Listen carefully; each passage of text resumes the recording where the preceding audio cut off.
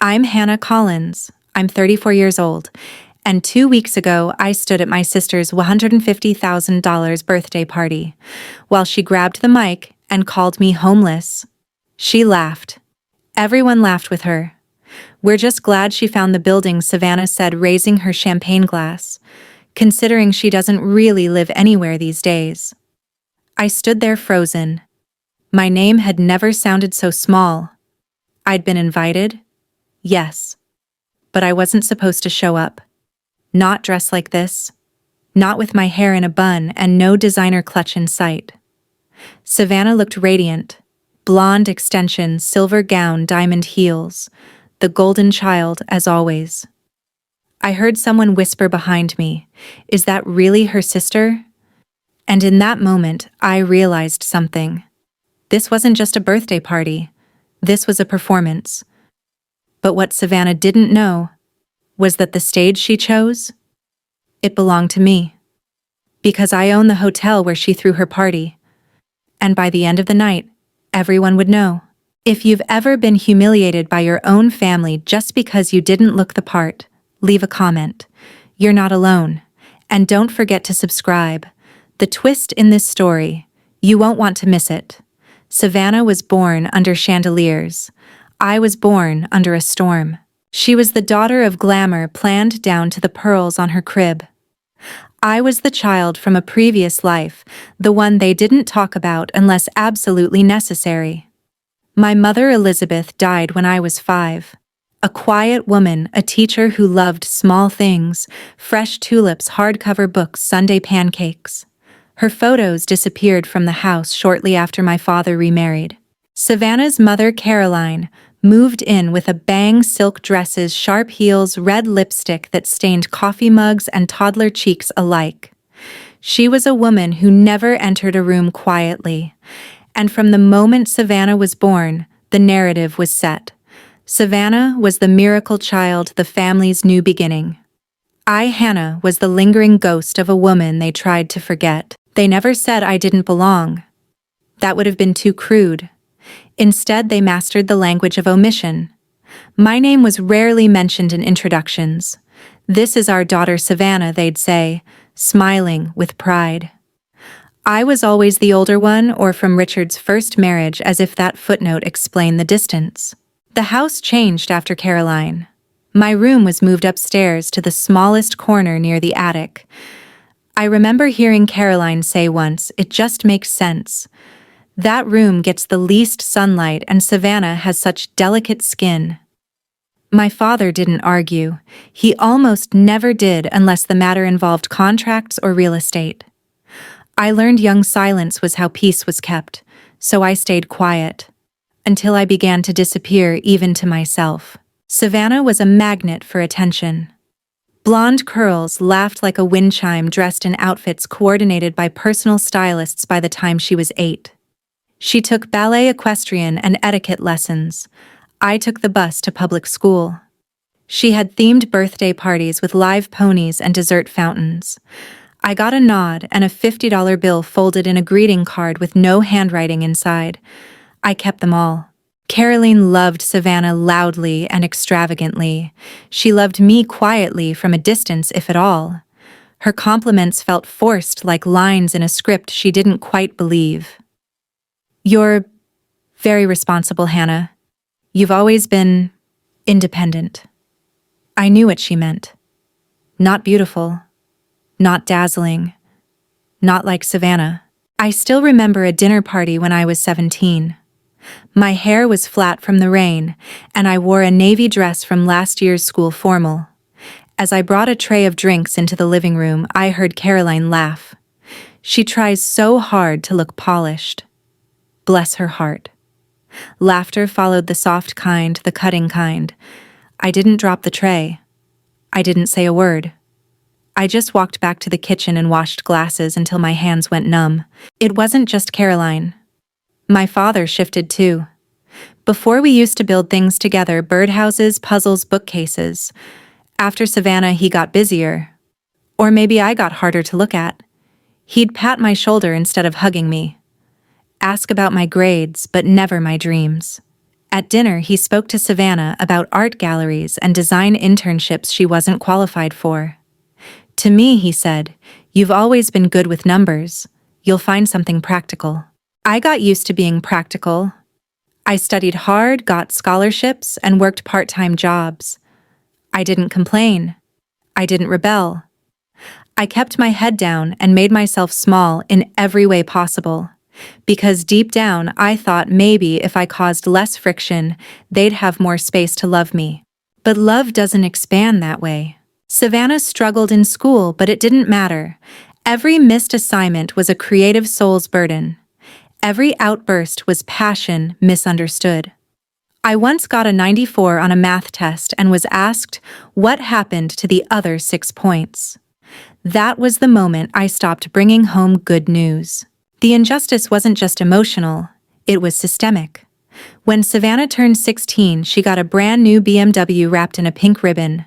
I got my mom's old sedan still smelling faintly of lavender and cough drops, and was told, "Be grateful." Most kids don't even get a car. The truth was, I would have taken a bike if it came with warmth. I remember overhearing a conversation between Caroline and a friend one summer afternoon. They were sipping iced tea by the pool, the kind Savannah and I were never allowed to swim in unless there were guests to impress. "Hannah will be fine," Caroline said. "She's the type who survives on her own. She was born serious. Not like Savannah. Savannah needs us." And that was it. That was the lens.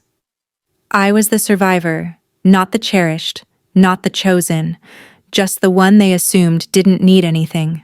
No attention. Not softness. Not love. But they were wrong. I needed all of it. I just learned how to live without it. The worst part wasn't the exclusion, it was the gaslighting. Whenever I tried to name the difference in treatment, they'd laugh it off. "Oh, Hannah, don't be dramatic. You know we love you both. It's not a competition." But love should never have to be competed for. The only person who ever looked at me like I mattered was Nana Jean, my mom's mother. She didn't live with us, but she wrote me letters every month, slipped 20s into them with notes like, "For books, not bills. And you're allowed to shine too." She'd call every week just to ask about my classes, my friends, and the latest book I was reading. She remembered things. She listened. She once told me, "Being forgotten in your own home doesn't mean you're forgettable. It just means the house was never built right." I clung to that sentence like it was scripture. In my final year of high school, I was offered a full ride to a university in Oregon. I accepted without hesitation. At the dinner table, I announced it with a smile. Caroline looked mildly impressed. My father said, "Oregon. That's far?" Savannah asked. "Do people even live there?" I left 3 months later with 2 suitcases, $500 in savings, and no one to wave me off. Savannah had a going-away party when she moved 10 blocks from home the following year. They hired a violinist. Sometimes I think about how easy it is to disappear from a house like that. You don't need to die. You just need to stop being convenient. And they'll erase you with smiles. But here's the thing. Shadows don't disappear. They move. They adapt. And under the right light, they become form again. What they didn't know, what they never cared to ask, was that I wasn't gone. I was building, quietly, steadily, piece by piece. And one day, they'd walk straight into what I built, thinking it belonged to someone else. When I was 6, I waited 3 hours by the window with a paper crown I made myself. I'd cut it from gold construction paper, glued tiny rhinestones I found in a craft box, and wrote, "Birthday Girl," across the front in red crayon. That year, I asked for a cake shaped like a star. Nothing too big. Just a little something to feel like I existed. No one came. It wasn't that they forgot. They remembered barely. A card was left on the counter that morning. No note inside. Just my name and a $20 bill. My father was out on business. Caroline had a spa appointment. Savannah had a ballet recital. I sat on the porch alone and watched the neighbors across the street host a dinosaur party with balloons, pizza, and kids screaming with joy. I kept my crown on until it bent from the heat. I stopped making paper crowns after that. Birthdays became just another day to stay quiet. The kitchen was always full of movement caterers preparing Savannah's cakes, florists bringing in arrangements, DJs testing sound systems. Her parties started small, then grew into full-blown productions. Princess themes turned into red carpet galas. By the time she was 10, her birthday invitations came in silk boxes with RSVP codes and custom scents. Mine didn't come at all. I was expected to help. That was my role, the invisible extra. I'd be told to bring out gift bags, clear the mess, and handle the kids who cried. One year, I sliced the cake and handed out plates while Savannah posed for photos in a rented tiara and glitter dress. A woman, a friend of Caroline's, leaned down and whispered, "You'd make a wonderful assistant someday." I was 14. I smiled and said thank you. There's a special kind of pain that comes from being close to celebration but never of it. Like hearing music through a wall you're not allowed to enter. You see the lights, smell the cake, feel the beat, but you don't get to dance. That's what birthdays became for me. An echo. A reminder. Not of growing up, but of being left out of the very thing that's supposed to say, "We're glad you were born." When Savannah turned 16, they hired a live band and rented a ballroom downtown. She wore a custom designer gown. A string quartet played while she walked down a staircase lit with rose petals and artificial fog. My job: escort the elderly guests to their tables and help the photographer with lighting. Caroline said I looked too serious in pictures, so I stayed out of the frame. At one point during the evening, Savannah approached me near the restroom. She was glowing, a tiara nestled perfectly in her curls. "Isn't this amazing?" she said, her voice high on sugar and attention. I nodded. "You know," she added, sipping pink champagne from a glass she wasn't old enough to hold, "if you ever get married, I'll totally help you plan your party. Like something cute and small. Rustic chic, maybe." She meant well. Or she thought she did. I just smiled and said, "Thanks." That night, I stood by the loading dock and watched as the staff packed up the decorations. One of the servers, a woman named Anna, handed me a leftover mini cupcake. "You okay?" she asked. I nodded again. "You don't look like the party type," she added. I looked her in the eye and said, "That's the thing. I used to be." Then I bit into the cupcake. It was dry and too sweet. By the time I left for college, birthdays no longer meant anything to me. I spent them alone in my dorm, working late shifts or studying. I'd get a text from my father around 10 p.m. "Happy birthday. Hope you're doing well." From Savannah, sometimes nothing. Sometimes a selfie with balloons and a caption, celebrating both of us as if her own party somehow included me by default. But I still remembered the years, the themes, the things I once wished for. A backyard movie night with string lights, a bookstore scavenger hunt, a homemade carrot cake, my mom's favorite. None of it is extravagant, just thoughtful, seen, held. And every year it didn't come. The space inside me where wonder should have lived got quieter, colder, until there was no space left at all. Only the memory of what it could have been. Ironically, it was that emptiness that taught me how to build. Because when you've spent your life watching others get what you wanted, you learn how to listen. You notice the details that no one else does. You become an expert at reading a room, identifying longing before it's spoken. That's what hospitality is: seeing people, anticipating needs, giving them what you never got. So when I started working at that first hotel, I poured every ounce of that memory into service. I remembered the kids who came in wide-eyed and the mothers who just needed silence for 5 minutes.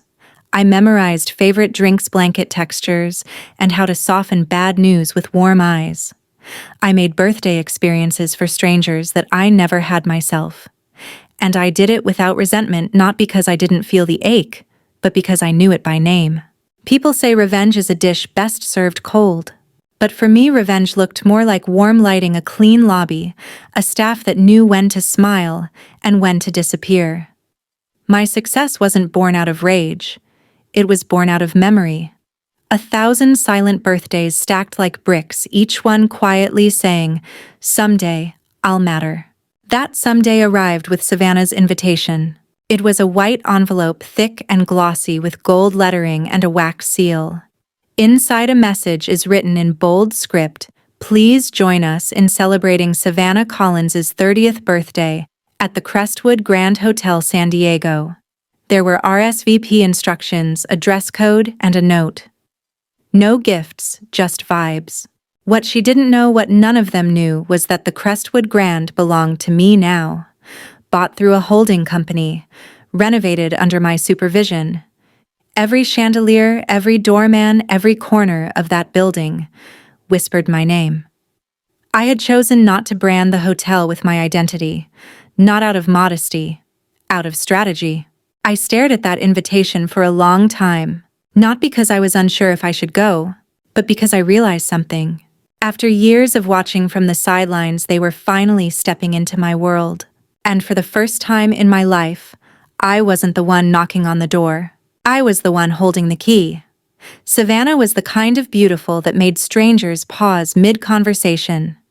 Big eyes, perfect skin, a laugh that felt rehearsed, but still worked in any room. People assumed she was kind because she smiled so much. But Savannah didn't need to be kind. Kindness is currency for people without power. Savannah had charm, and charm was better. Charm lets you get away with things.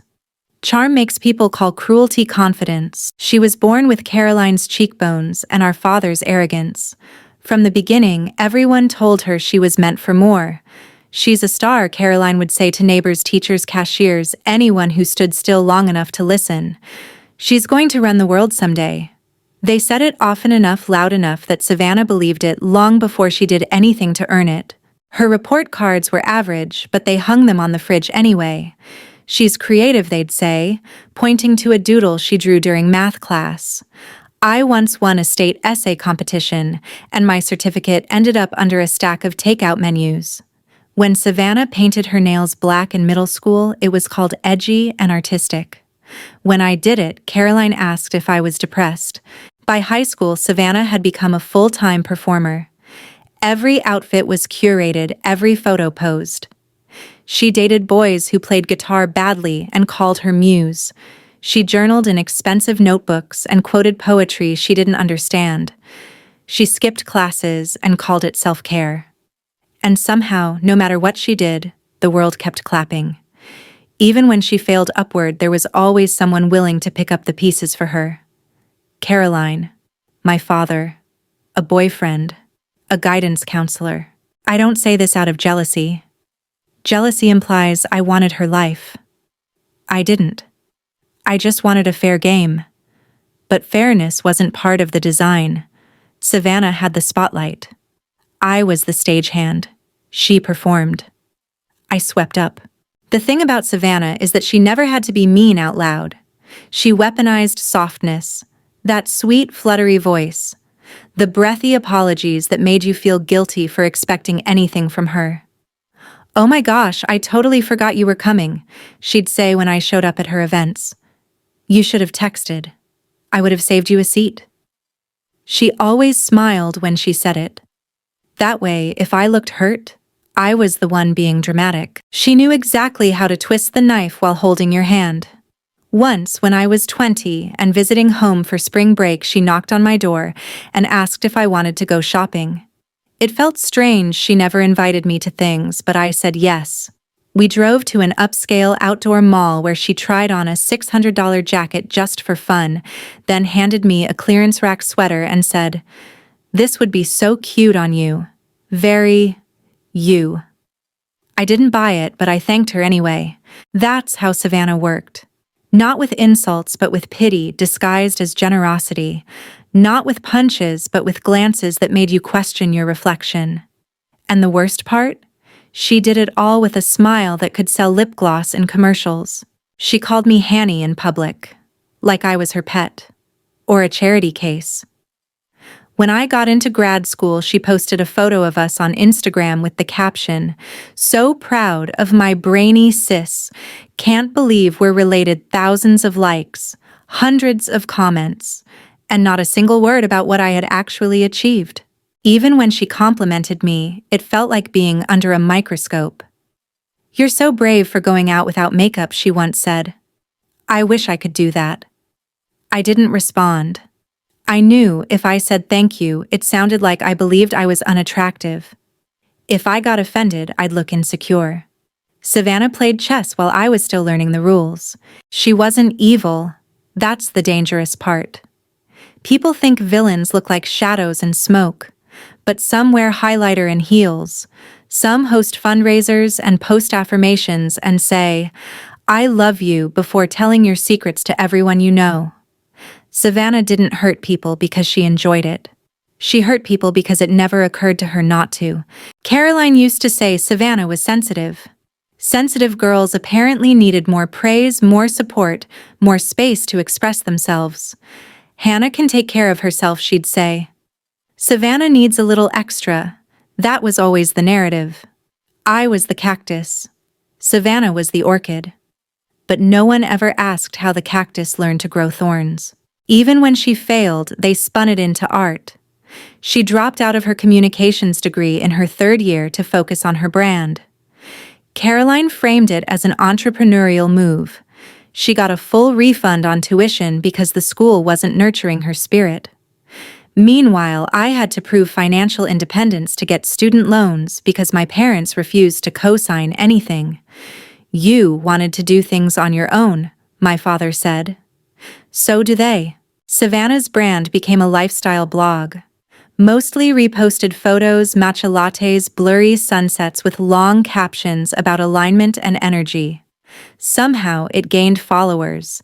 Somehow it got sponsorships.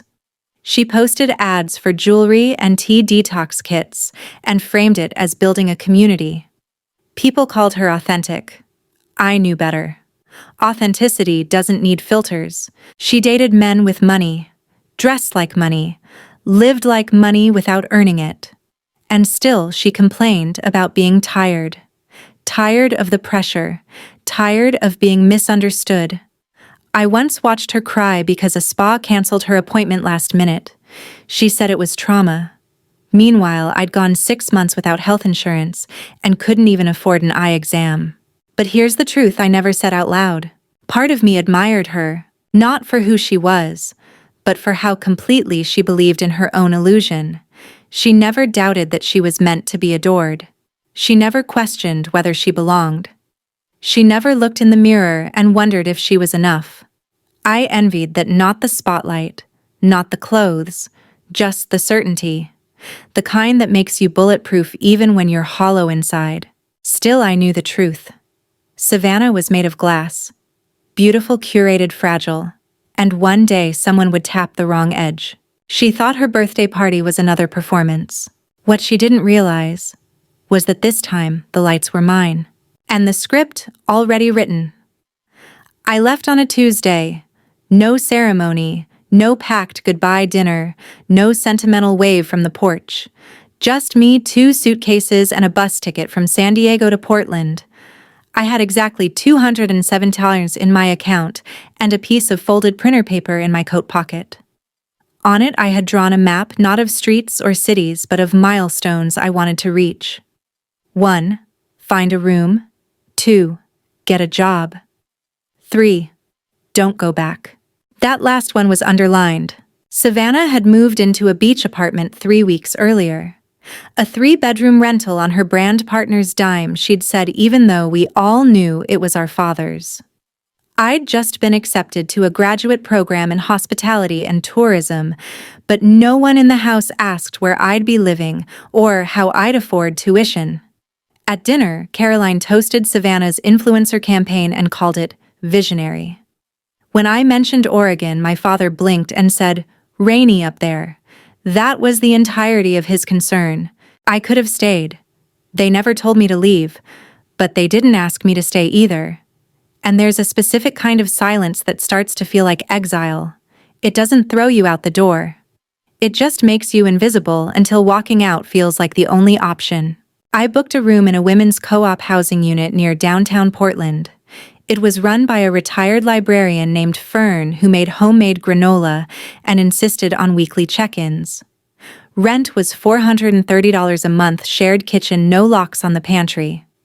"We work on trust," Fern said. That made me nervous.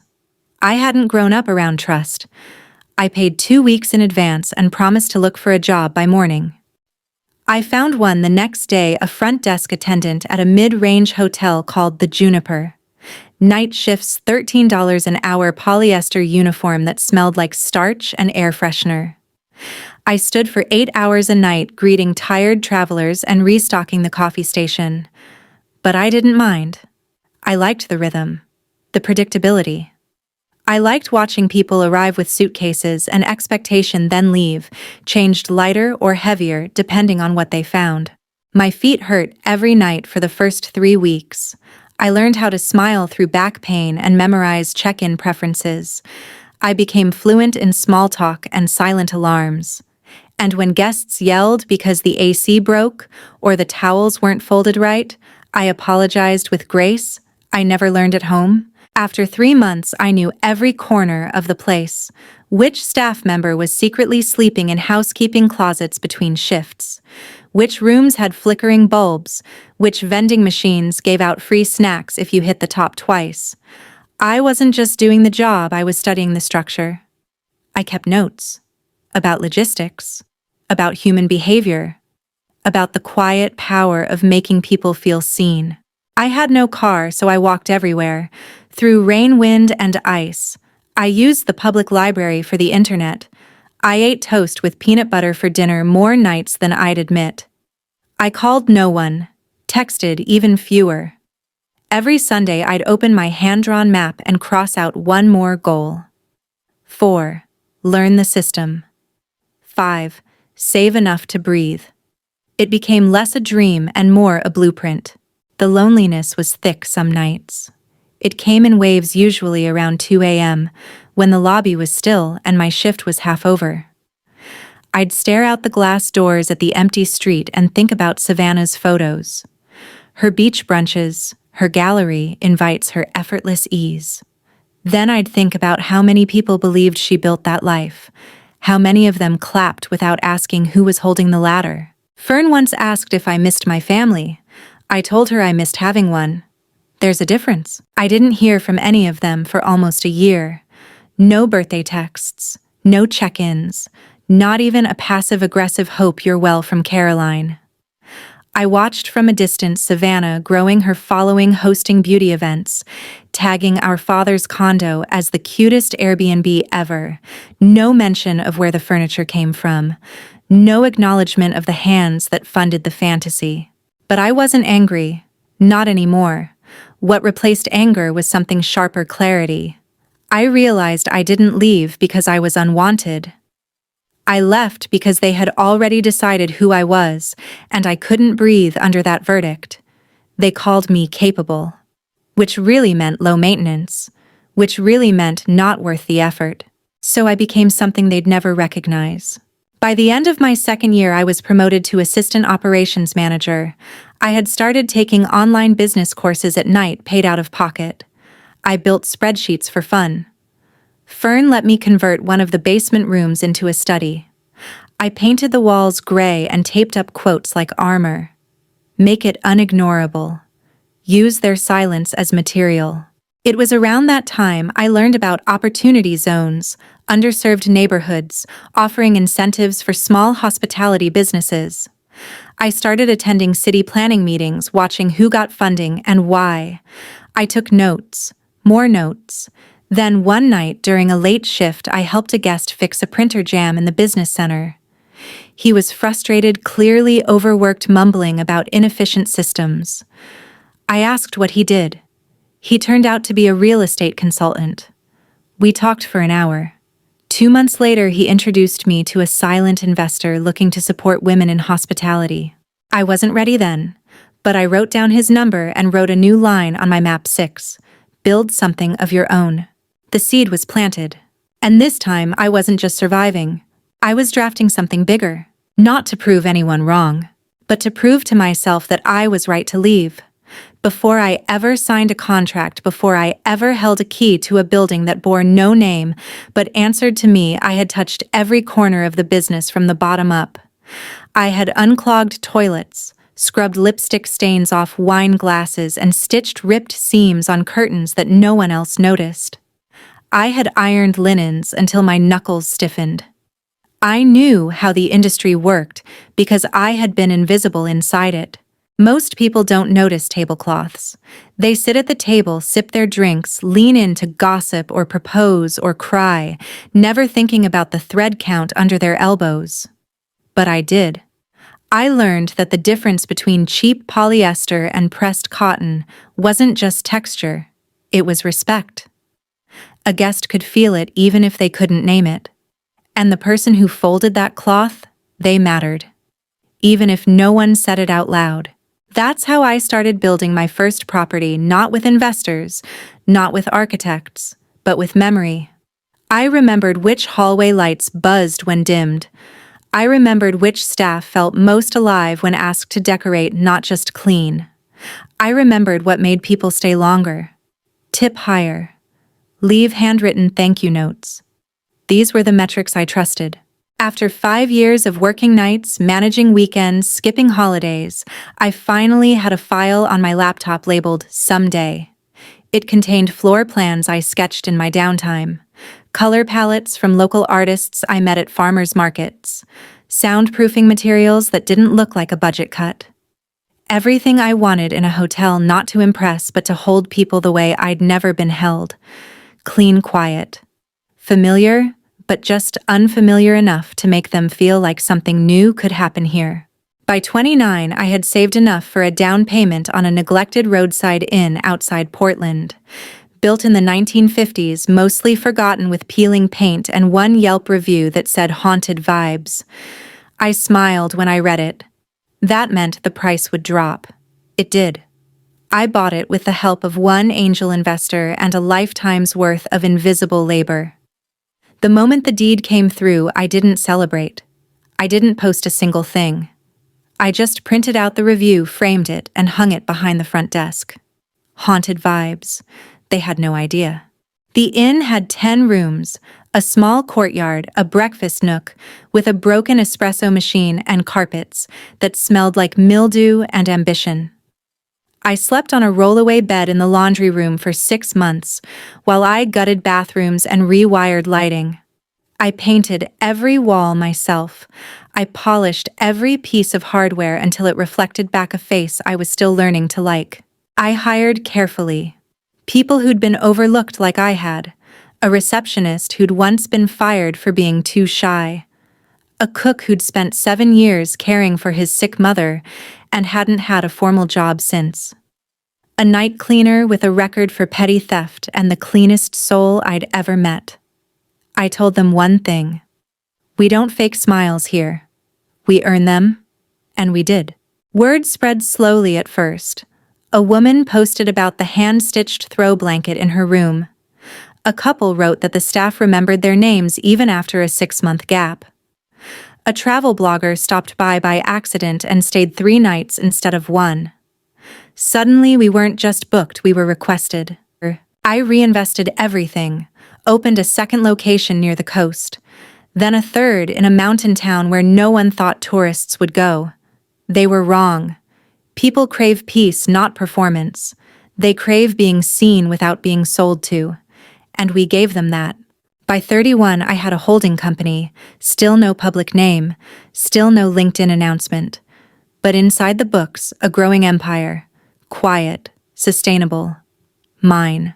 And here's the part I never told anyone.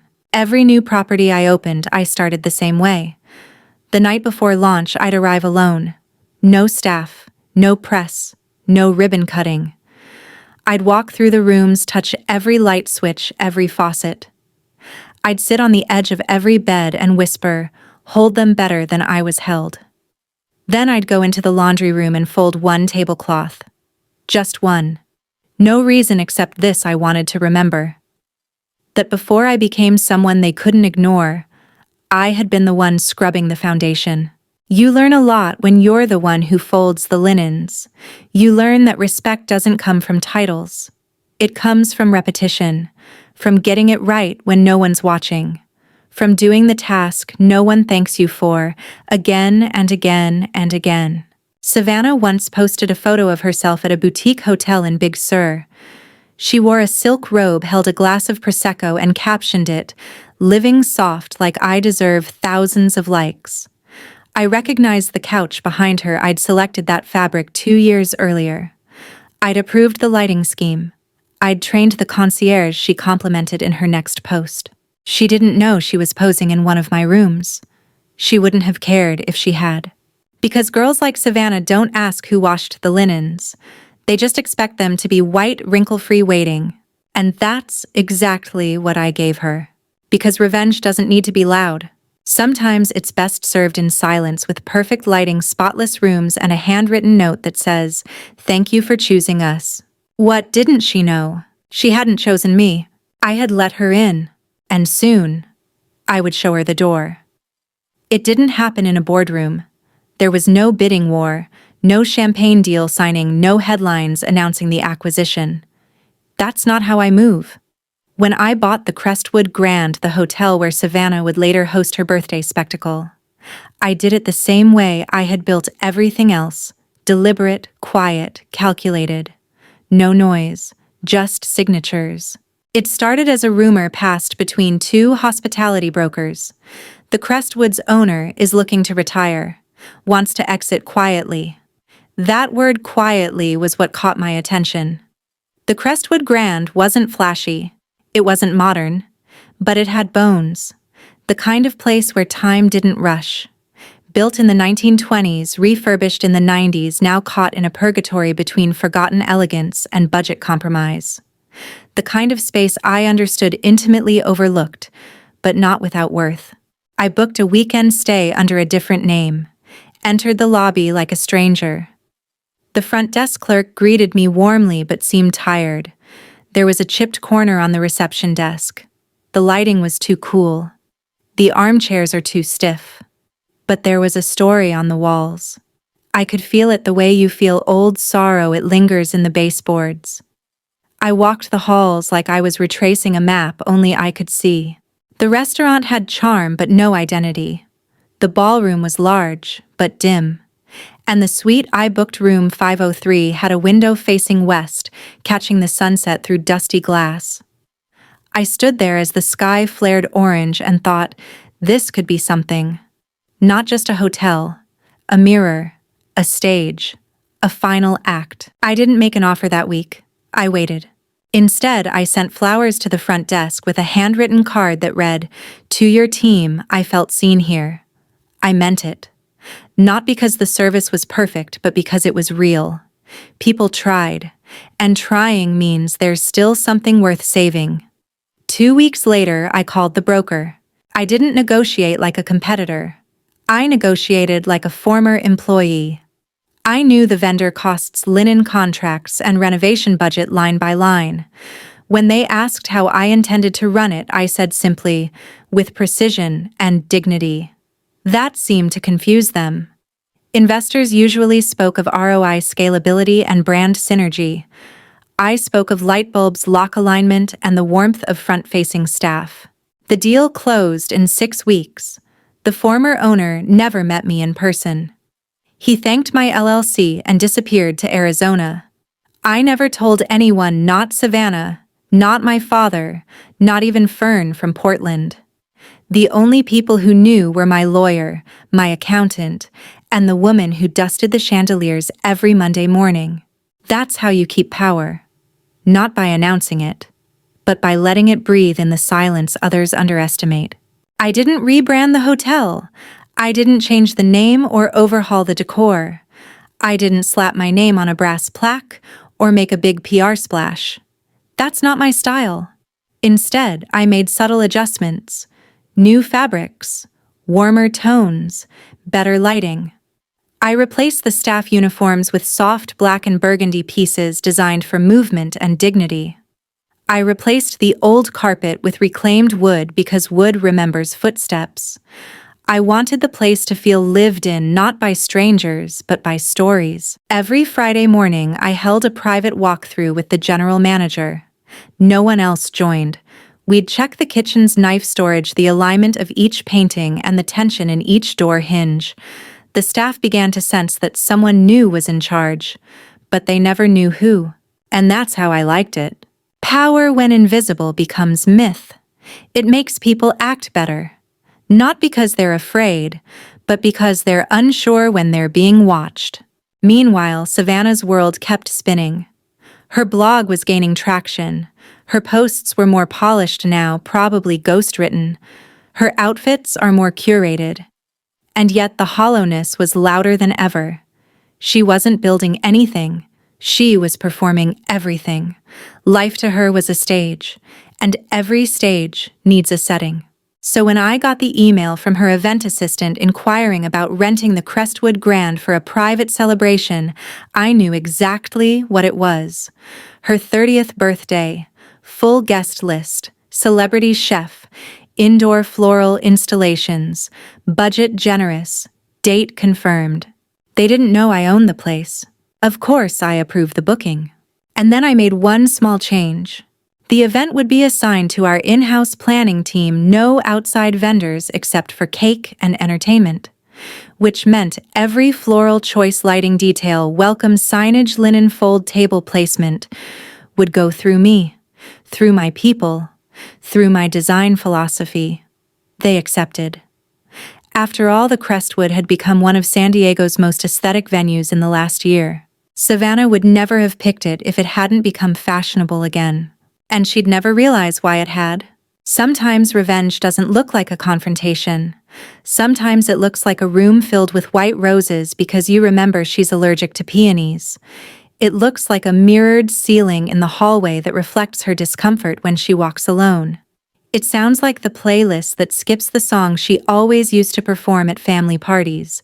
It tastes like the cake that's stunning on the outside, but just a little too dry, just enough for her to notice, but not enough to complain without seeming petty. Every detail of that party was a memory. Mine, rewritten in marble and linen. The ballroom she reserved for $50,000, that was the same one I once mopped as a temp server when I was 22, carrying trays I wasn't strong enough to balance. The same room where I once overheard a drunk guest say, "Some girls just aren't meant to wear satin." I had cried in the stairwell that night. 10 years later, I chose the exact shade of satin that would drape Savannah's stage. Ivory. Cold. Perfect under the lights. But the twist, I didn't plan this for revenge. I planned it for closure. To walk into the room I was once invisible in, and stand behind the curtain with the remote control to the entire show. She had no idea. And I had no intention of telling her. Not yet. Let her arrive drenched in praise. Let her stand in the spotlight she thinks she owns. Let her mock the shadows again. Because this time, the shadow was the architect. And the moment was coming. It started the second I walked into the ballroom. Not with a scream or a scene, but with a silence that hit harder. Heads turned, then tilted. Eyes scanned me the way one might scan an item that doesn't belong on display. Not angry, just amused, confused. The same way Savannah used to look at me when I borrowed her old dresses and still didn't look expensive enough. I'd dressed deliberately simple navy sheath dress, black flats, a minimalist silver chain. No makeup beyond foundation. Hair pinned in a low twist. Not because I lacked options, but because I knew what they expected and I wanted to offer nothing to grab onto. I wasn't here to impress. I wasn't here to reclaim a seat at their table. I was the one who set the table. They just didn't know it yet. Savannah spotted me from the other side of the room. She had just stepped onto the elevated platform near the floral arch, microphone in hand, champagne glass, shimmering like her sequined gown. A hush fell over the room, not out of respect, but out of instinct. Everyone knew she liked to speak uninterrupted. And that's when she saw me. Her eyes narrowed for a fraction of a second surprise irritation calculation, all flickering so fast most people wouldn't have caught it. But I knew that look. I'd grown up studying it. Then she smiled, and I braced myself. Oh my gosh.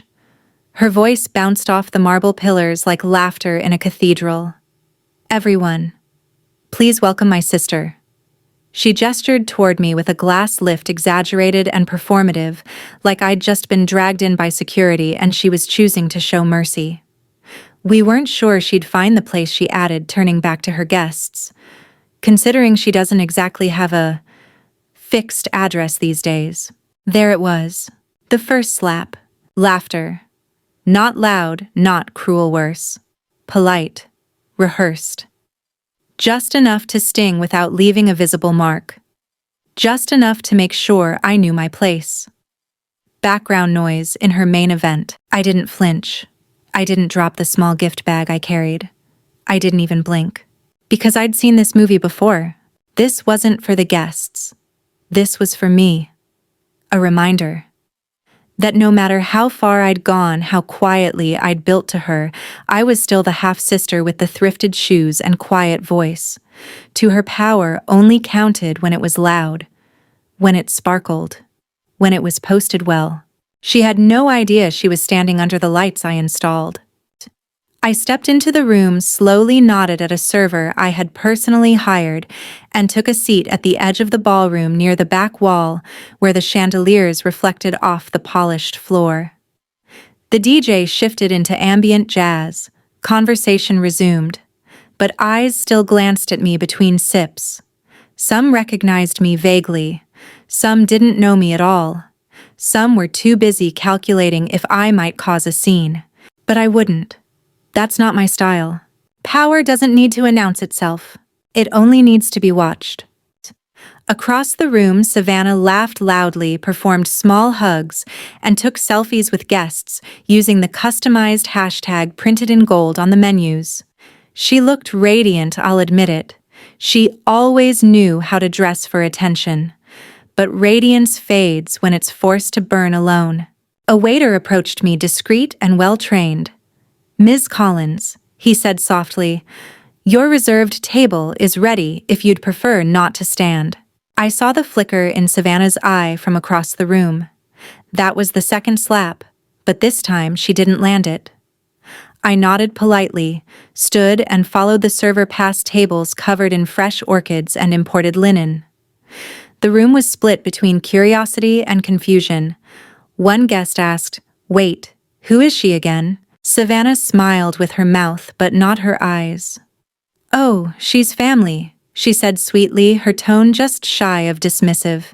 "She likes to keep things mysterious." I didn't respond. I simply took my seat at the table labeled Private Guest, House Account. Right in view, but still somehow invisible. The food was plated beautifully. The wine was my pick, French dry crisp. Savannah probably didn't know that. She just approved the tasting notes. I'd curated the menu through a staff proxy 3 months ago. She had thought it was the event team's work. That was the design. I wanted her to think she was in control. She wasn't. She was a cast member in a play she didn't audition for. Halfway through the evening, during the opening of gifts and curated speeches, someone asked her if she was planning to expand her lifestyle brand. She tilted her head dramatically and said, "Actually, I've been thinking of opening a boutique hotel. Something coastal. Something curated." Imagine the vibe. Gasps. Applause. I sipped my wine and smiled. That was her third slap, unintentional this time, because she was announcing a dream I had already lived, already scaled, and already sold once. She thought she was being visionary. She was reciting my past like it was her future. But I let her have the moment. Because it wasn't time yet. You don't interrupt the magician halfway through the trick. You let the audience lean in first. And then when the curtain drops, you show them what they missed the entire time. She ended her little speech with, "It's important to create beauty in the world, especially when some people just bring shadows." I almost laughed. Almost. Instead, I set my wine glass down and looked her in the eye. She didn't blink. But her smile dipped just slightly, because for 1 second she saw something in me that she hadn't seen before. Not anger, not jealousy. Stillness. And stillness is the scariest thing to someone who thrives on chaos, because it means you're not reacting. You're calculating. And my math was perfect. I wasn't watching her when it happened. I was watching the chandeliers. There were 5 of them, hand-blown Murano glass imported from Italy 20 years ago, cleaned weekly, inspected monthly. I'd made sure of that. Each one sparkled like a secret. And in a way they were. The kind of luxury you don't brag about because it speaks for itself. I like that about them. They understood silence. Savannah, on the other hand, did not. She was mid-toast, holding court.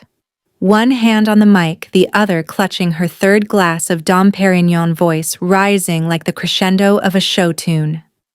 "Tonight is about light," she declared. "About rising. About becoming the version of yourself you always knew you were meant to be." Guests murmured approval. Camera phones tilted up. A photographer snapped from the side. And just as she reached the end of her self-anointed soliloquy, a man in a navy 3-piece suit stepped onto the edge of the platform. "Ms. Collins," he said, not to Savannah, but to me. The room froze.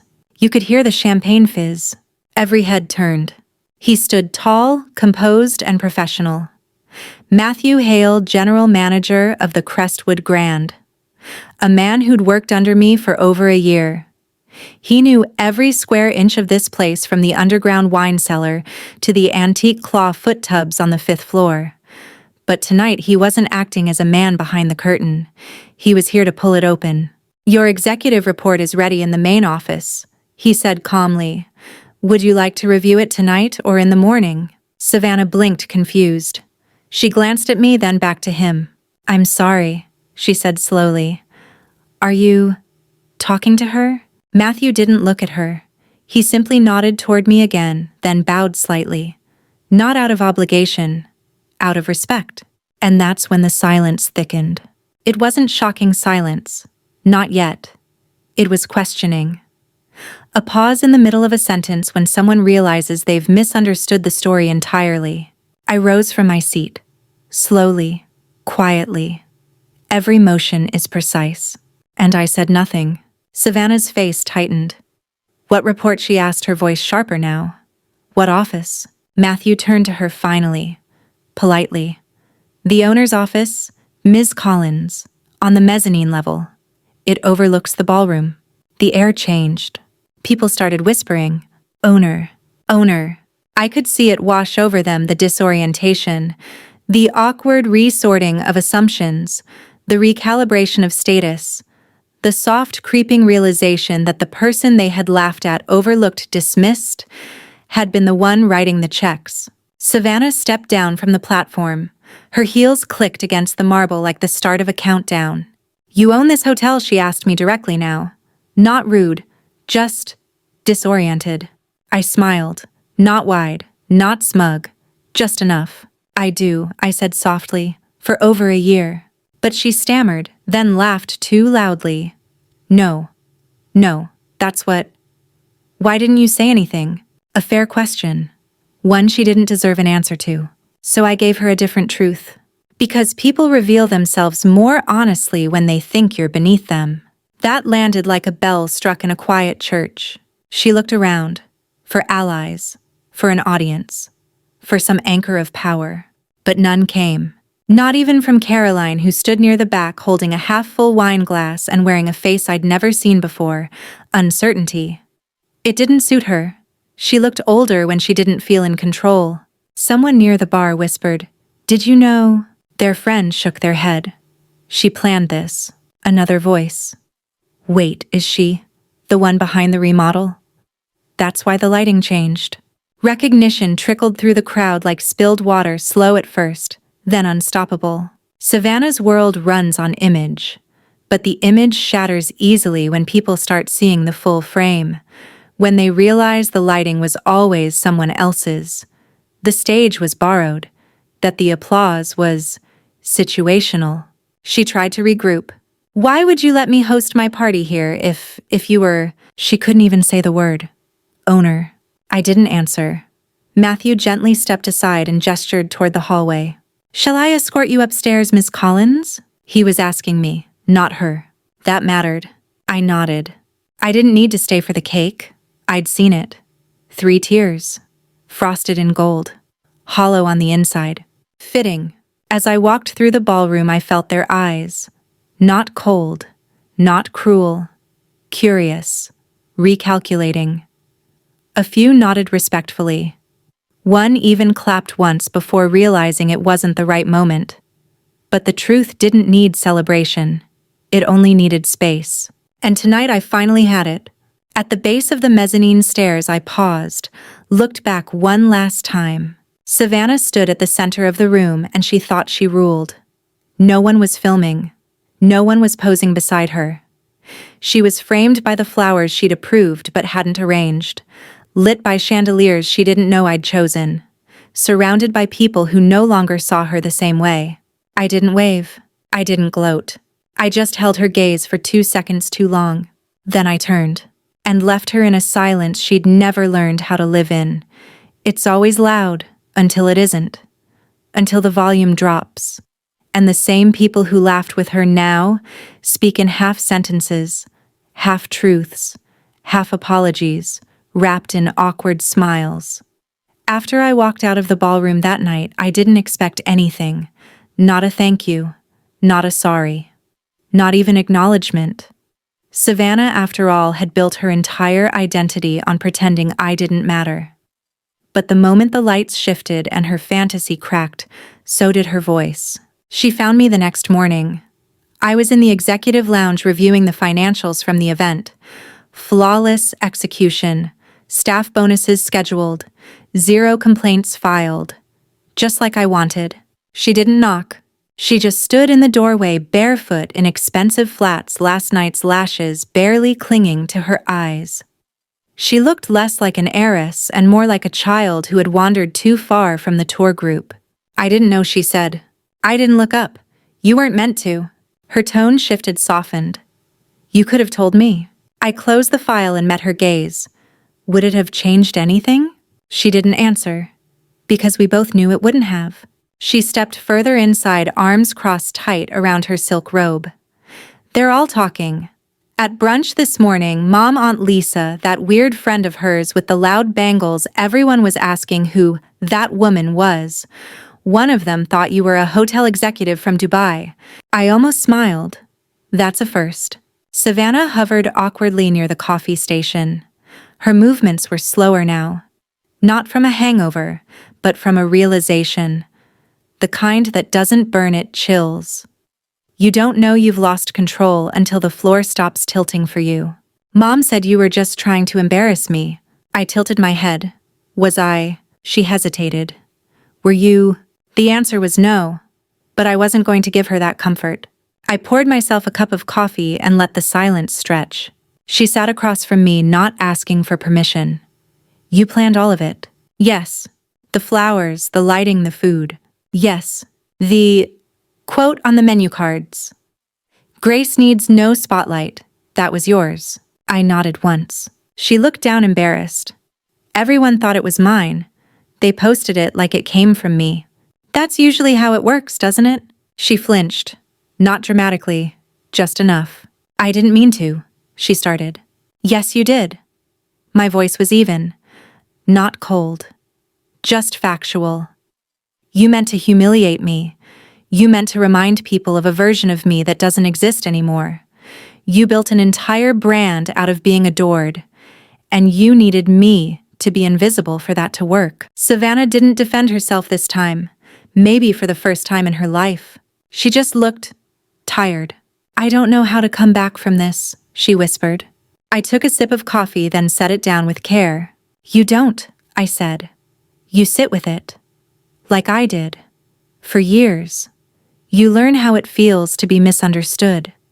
You learn how it feels to walk into a room and be reduced to one sentence. You learn how to keep walking anyway. She blinked. Her lip trembled, but nothing fell. I thought I was the successful one, she admitted. I thought I was winning. You were winning a game I stopped playing a long time ago. Her silence felt heavier than her words. Then she pulled something from her purse. A printed folder. Crisp, expensive. She slid it across the table toward me. "I've been working on this," she said. "A business plan. For a boutique hotel/retreat space. I was gonna pitch it next quarter.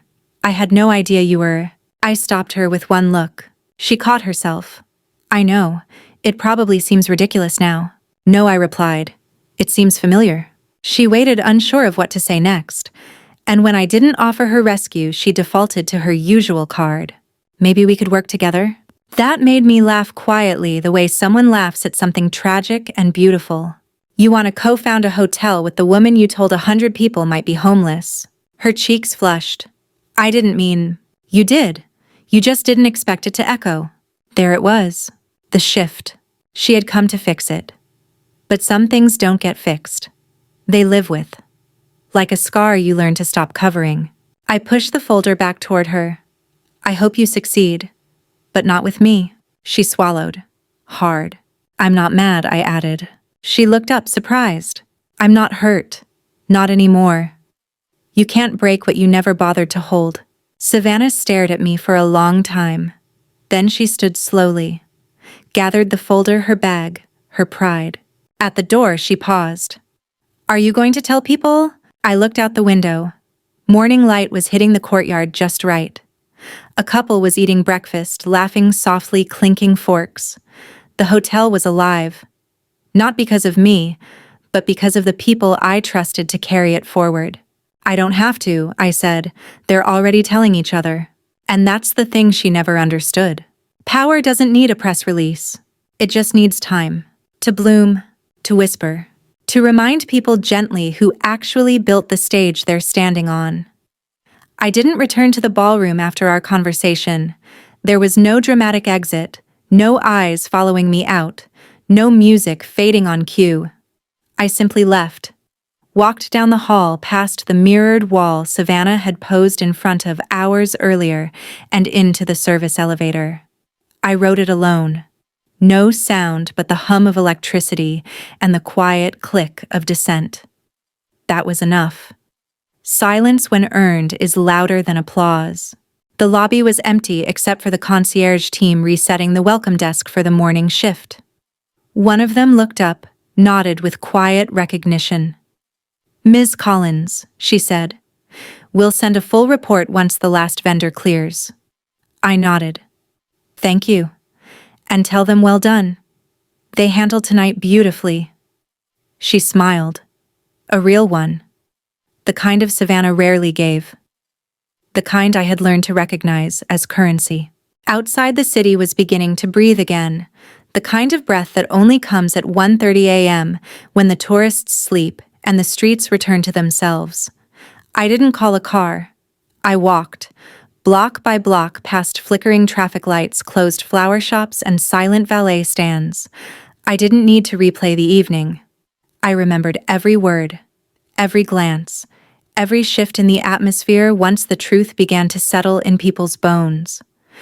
I remembered how they looked at me not with envy or resentment, but with reconsideration. Like a painting you walked past 100 times, suddenly revealing a detail you'd never noticed before. No one said I'm sorry. They didn't need to.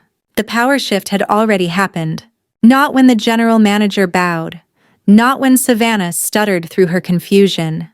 Not even when I walked away from her pitch without a trace of bitterness. It happened the moment I didn't need revenge to feel whole. When I realized I didn't have to destroy what hurt me, I just had to outgrow it. And I had. By the time I reached my car parked 3 blocks away like I always do to avoid valet assumptions, my feet ached. But not in the way they used to. Not from standing in heels I couldn't afford. Not from serving a party I was never invited to. Just from moving forward. Uninterrupted. The next morning, Savannah posted a photo of herself standing under the floral arch, captioned vaguely. Something about transformation, growth, and blessings in disguise. No mention of me, no tags, no credits. Just a version of the evening polished to her standard aesthetic. It didn't bother me. The performance had always been her safety net. And now, it was fraying. People commented beautiful and you deserve the world. But there were new comments too. Wasn't this Hannah's hotel? Thought she was just a guest? Wait, is that the same sister she called homeless? She didn't reply to any of them. A week later, she deactivated her account for a while, said it was for a digital detox. I knew better.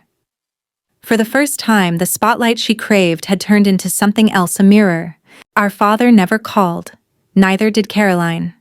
But I did receive an email from my father's assistant asking if I'd consider speaking at one of his firm's annual leadership retreats on resilience, or entrepreneurship, or some blend of both.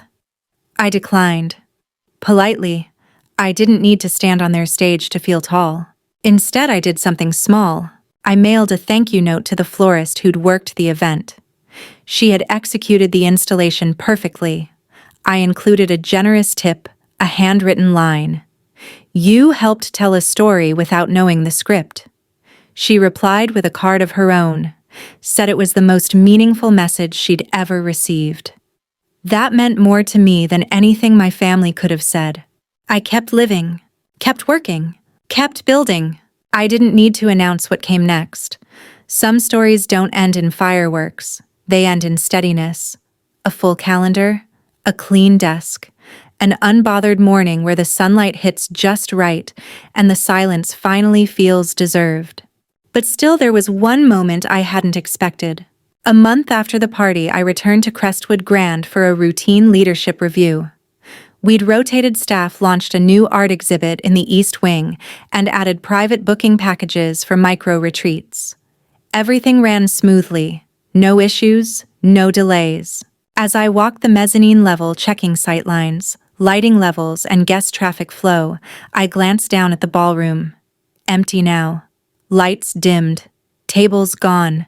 Just the architecture standing there, patient, enduring. And then I saw her, Savannah, standing alone. No photographers, no friends, no curated lookbook in hand. She didn't see me. Not at first. She was looking up at the chandelier, one hand on her necklace, the other holding something, one of the original menu cards from the party. I stayed hidden, watched her for a moment too long, and then she turned. She didn't flinch when she saw me. She didn't smile.